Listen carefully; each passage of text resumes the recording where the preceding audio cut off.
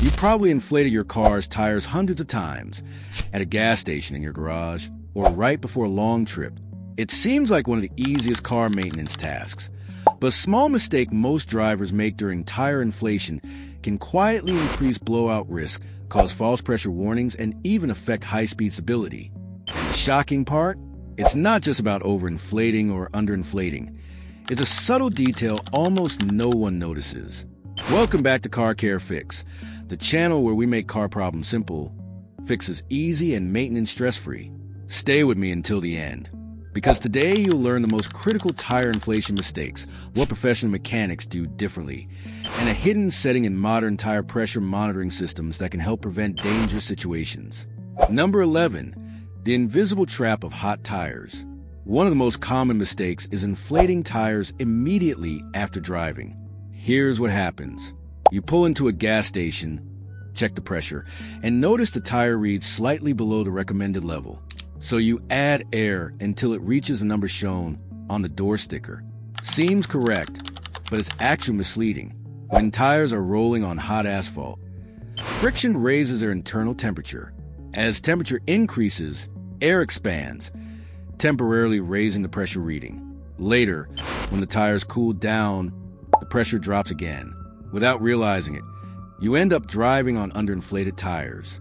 Even a difference of 5 psi can increase tire operating temperature, accelerate wear, and reduce braking performance. Professional advice is simple. Always check and inflate tires when they are cold, ideally before driving or after the car has been parked for at least 3 hours. Number 10. Trusting gas station gauges too much. Another common mistake is assuming public air pumps are perfectly accurate. Many gas station gauges are rarely calibrated. Tests have shown they can be off by 2 to 6 psi, which is a huge difference in tire performance. That means the screen might show a perfect number, while the tire is actually outside the safe range. Professional mechanics usually rely on their own digital pressure gauges. They're affordable, highly accurate, and can help prevent uneven wear, poor fuel economy, and unstable handling. Gear number 9. Uneven and accelerated tire wear. Setting all tires to a generic pressure like 32 psi might sound convenient, but it forces a tire to operate outside its engineered conditions. Low pressure causes the outer edges to carry more load, increasing heat and shoulder wear. High pressure concentrates contact in the center, wearing out the tread prematurely. Once uneven wear starts, tire rotation or alignment cannot reverse the damage. Incorrect pressure can reduce tire lifespan by up to 30%, while also reducing traction and braking efficiency. Number 8. Reduced stability and longer braking distance.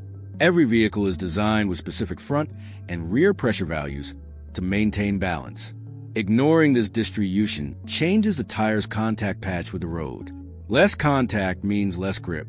In real driving situations, this results in longer stopping distances, reduced cornering precision, and more steering corrections.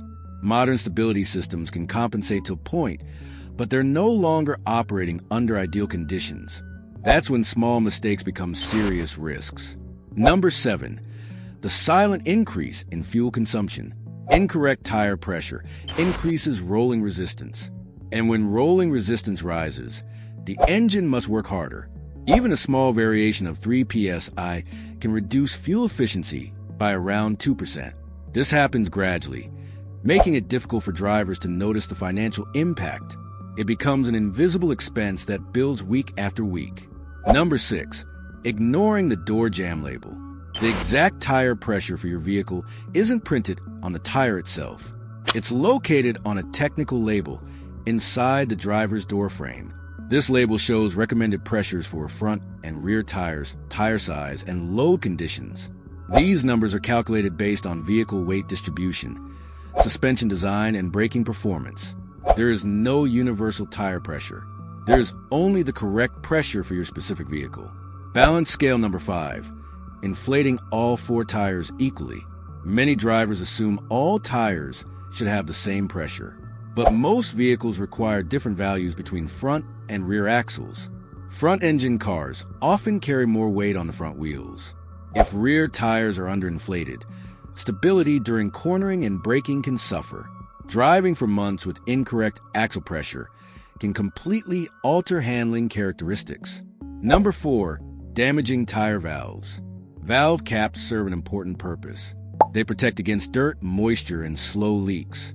Over-tightening or cross-threading the cap can damage valve threads and lead to gradual air loss. The correct method is simple. Tighten by hand only, just until snug. Vehicles with TPMS valve sensors can be especially expensive to repair if damaged. Number 3. Low pressure on low-profile tires. Low-profile tires have shorter, stiffer sidewalls and often require higher pressures. When pressure drops too low, impact from potholes can cause sidewall bubbles or internal damage. Some setups normally operate between 40 and 50 psi, and lowering pressure just because it looks high can be a costly mistake. Number 2. Overinflating to save fuel. Some drivers intentionally increase pressure to reduce rolling resistance.